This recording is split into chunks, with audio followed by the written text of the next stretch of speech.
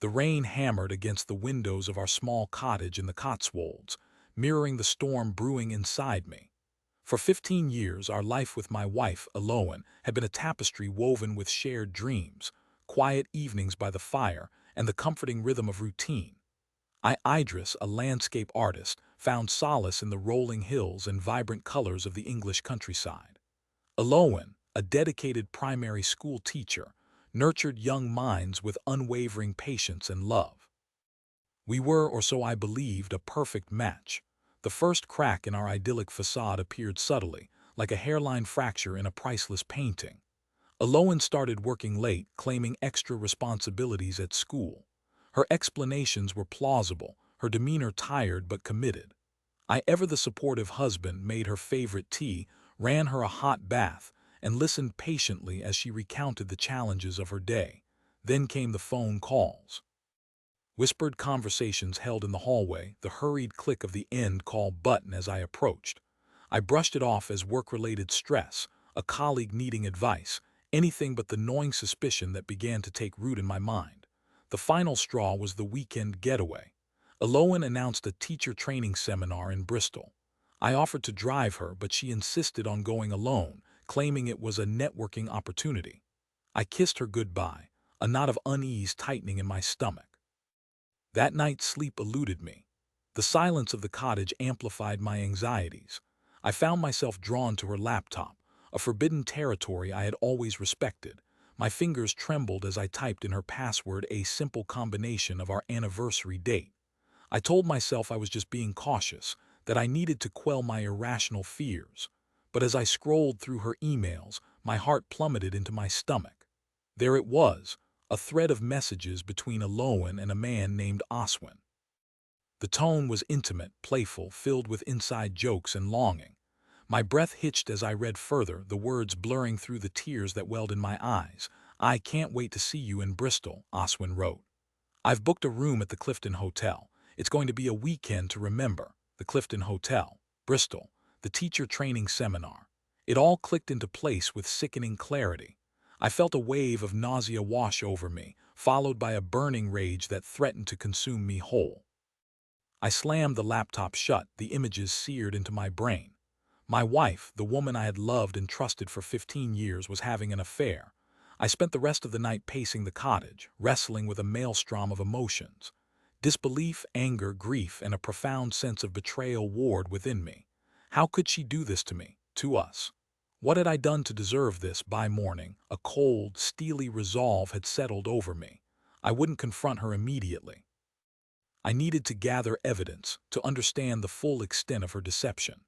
I booked a room at the Clifton Hotel for the following weekend, the same hotel where Eloan and Oswin were planning their rendezvous. The drive to Bristol felt like an eternity. Each mile that passed was a hammer blow to my already shattered heart. I arrived at the Clifton Hotel late Friday afternoon, checked into my room, and waited. The hours crawled by, each tick of the clock a reminder of Eloan's betrayal. Around 8 p.m., I saw them. Eloan, dressed in a stylish dress I had never seen before, walked into the hotel lobby, her hand entwined with a man I recognized from her social media profile, Oswin, a charismatic history teacher at her school. I watched them check in, their laughter echoing in the sterile atmosphere of the lobby. I felt a surge of anger so intense it threatened to overwhelm me. I wanted to confront them, to scream, to tear them apart. But I held back, reminding myself that I needed to remain calm, to gather evidence. I followed them to their room, my heart pounding in my chest. I stood outside the door for what felt like an eternity, listening to their muffled voices, their laughter, the sounds of a love affair unfolding behind closed doors. Finally, I couldn't take it anymore. I pulled out my phone and started recording. I knocked on the door, my knuckles rapping against the wood with a force that surprised even me. The voices inside stopped abruptly. After a moment of tense silence, Oswin opened the door, a look of surprise and annoyance on his face. "Can I help you?" he asked, his voice dripping with false politeness. "I think you can," I said, my voice dangerously low. "I'm Idris, Eloan's husband." The color drained from Oswin's face.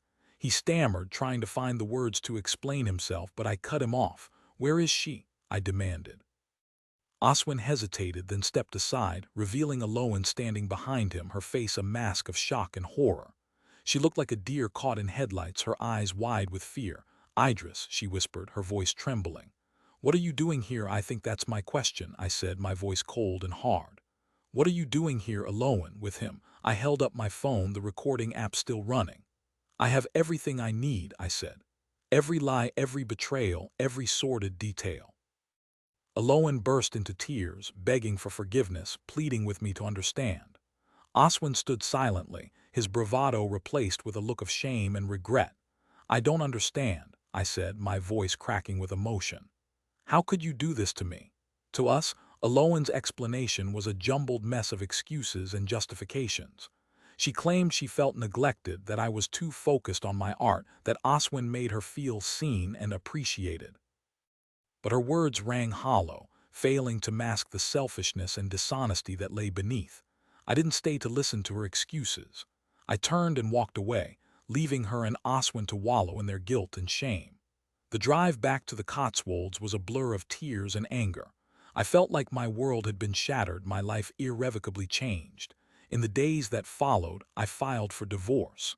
Aloan begged me to reconsider, promising to end the affair to make things right. But the trust was gone, the love extinguished. I couldn't forgive her, couldn't forget her betrayal. The divorce was messy and painful. Aloan fought me every step of the way, clinging to the remnants of our shattered marriage. But I stood firm, determined to rebuild my life, to find happiness again, even in the face of such profound heartbreak. Oswin, too, faced the consequences of his actions. His wife, Bront, upon learning of the affair, left him, taking their children with her. His career was ruined, his reputation tarnished. He became an outcast, shunned by his colleagues and friends. In the end, Aloan and Oswin lost everything.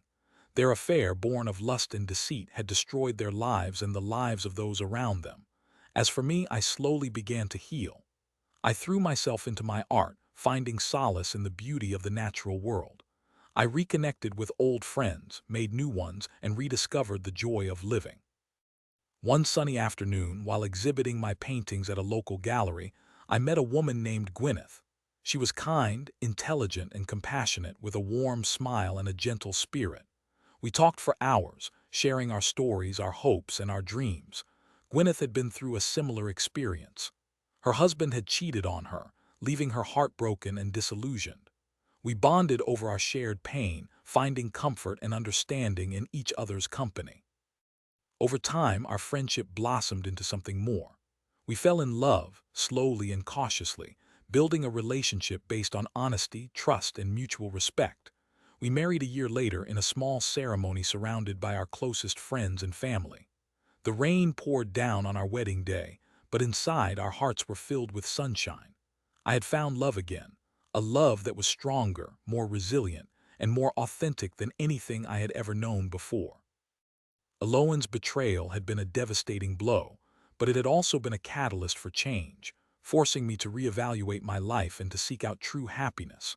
I learned that forgiveness is not always possible, that some wounds are too deep to heal. But I also learned that life goes on, that love can be found again, and that even in the darkest of times, hope remains. And as I stood there holding Gwyneth's hand, watching the rain fall on our wedding day, I knew that I had finally found peace. The storm had passed, and the sun was shining once more.